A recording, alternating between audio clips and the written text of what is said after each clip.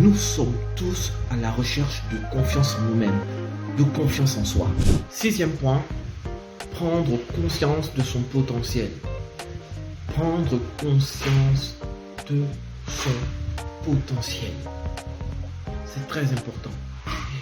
Il faut que vous réalisez que vous avez des capacités que personne n'a comme vous, que personne n'a à la manière dont vous les avez.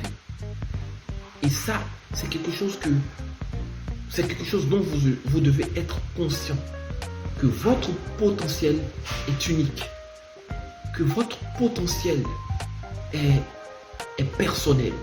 Il vous appartient de l'explorer, de le laisser se révéler. Il ne faut pas étouffer, il ne faut pas éteindre votre potentiel. Se rappeler que vous avez réalisé des choses, aussi petites qu'elles soient, aussi infimes qu'elles soient, vous les avez faites, ces choses. Vous les avez faites. Vous avez décidé de partir au moment où vous aurez dû partir. Oui, vous l'avez fait, vous l'avez réalisé. Vous avez décidé d'acheter cette voiture.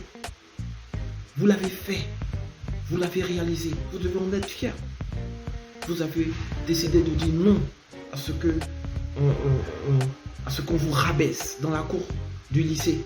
Vous devez en être fier. Vous avez réalisé une petite association pour une cause noble. Vous devez en être fier. Ne minimisez pas votre potentiel. Il est énorme. Il est énorme. Alors, faites cet exercice. Souvenez-vous de vos réalisations. Et posez-les, écrivez-les. Mettez vos réalisations devant vous. Rappelez-vous-en. N'en minimisez aucune. Vos actions dont vous avez été fiers dans le passé, les choses que vous avez faites, c'est votre valeur. C'est votre potentiel. Il est précieux. Et vous devez vous en rendre compte. Right? C'est important. Alors, prenez le temps de vous rappeler de toutes les choses que vous avez réalisées, toutes les choses dans lesquelles vous avez exprimé votre potentiel, des choix que vous avez faits qui vous paraissent minimes, mais ce sont des choses que vous avez faites, des actions que vous avez posées dont vous êtes fiers. Prenez le temps de vous en rappeler. Septième point, ça ressemble un peu à un point précédent, mais c'est quelque chose de très important. C'est un point clé, c'est de partir à la quête de personnes inspirantes. Ce tout-là va vous créer un monde, va vous créer une atmosphère, un environnement disposé à votre croissance. Parce que des personnes positives que vous allez rencontrer vont vous véhiculer quelque chose, vont vous transmettre quelque chose de fort. C'est tellement important de se connecter à des choses et des personnes qui peuvent nous rendre meilleurs. Alors, cherchez dans votre entourage des personnes dont vous savez qui ont un impact net, positif sur vous, quand vous les écoutez, quand vous les lisez.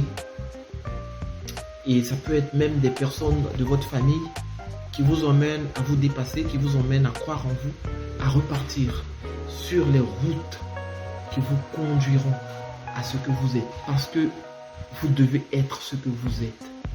Mettez-vous en rapport, en relation avec des personnes impactantes, des personnes intéressantes, des personnes positives, des personnes qui peuvent vous faire décoller, vous mettre l'étincelle dont vous avez besoin pour pouvoir faire le premier pas qui vous emmènera vers la construction de vous-même, vers la réalisation de ce que vous êtes déjà.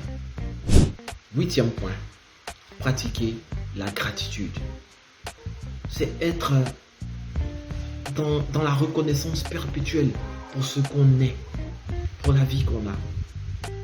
Parce qu'on croit que si on est là, c'est parce que quelque chose de plus grand a voulu qu'on soit là pour réaliser quelque chose de fort. Soyons reconnaissants pour tout ce que nous avons. il faut que tu sois reconnaissant pour les petites choses.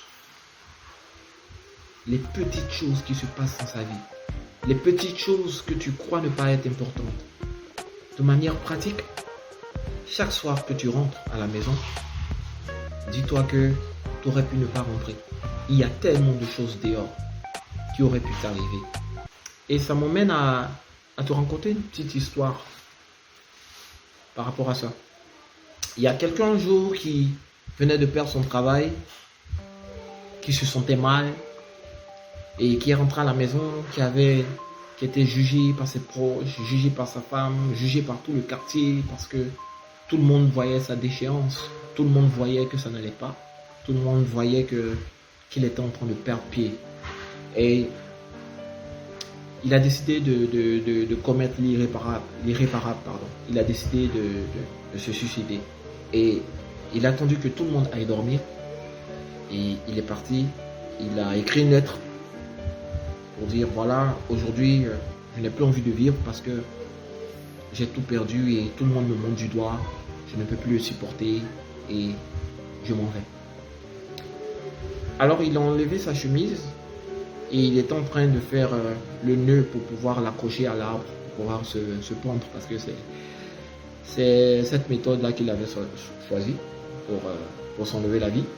Dès qu'il a mis la corde à son cou, parce qu'il a enlevé son pantalon, je ne sais pas pourquoi, il avait décidé d'enlever son pantalon, il est resté en slip, je ne sais pas pourquoi. Ne me demande pas pourquoi il a enlevé son pantalon pour se pendre, je ne sais pas.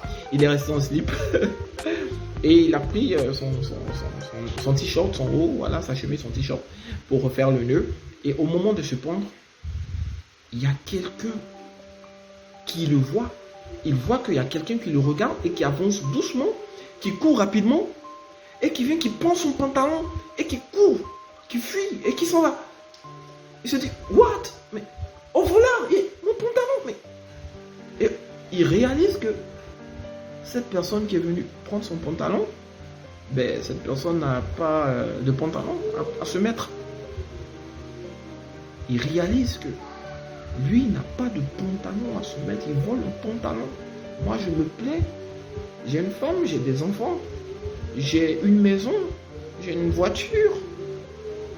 Ben, merde, je me suicide plus. Merde, non, ça va. Donc cette histoire, c'est mon fils qui fait du bruit, je ne compte pas recommencer la vidéo, ça c'est sûr. Cette histoire, c'est pour vous emmener à comprendre que tout ce qu'on a est important. Il faut relativiser, il faut dire merci, il faut être reconnaissant pour ce qu'on a. Car ce qu'on a, il y a d'autres qui le cherchent.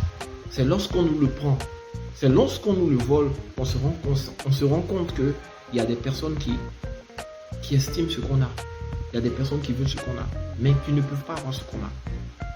Donc, il faut arrêter de se plaindre. Hop. Merci d'avoir consacré ton précieux temps à cette vidéo. N'oublie pas de liker, de t'abonner et surtout d'activer la cloche de notification pour ne rater aucune de nos vidéos.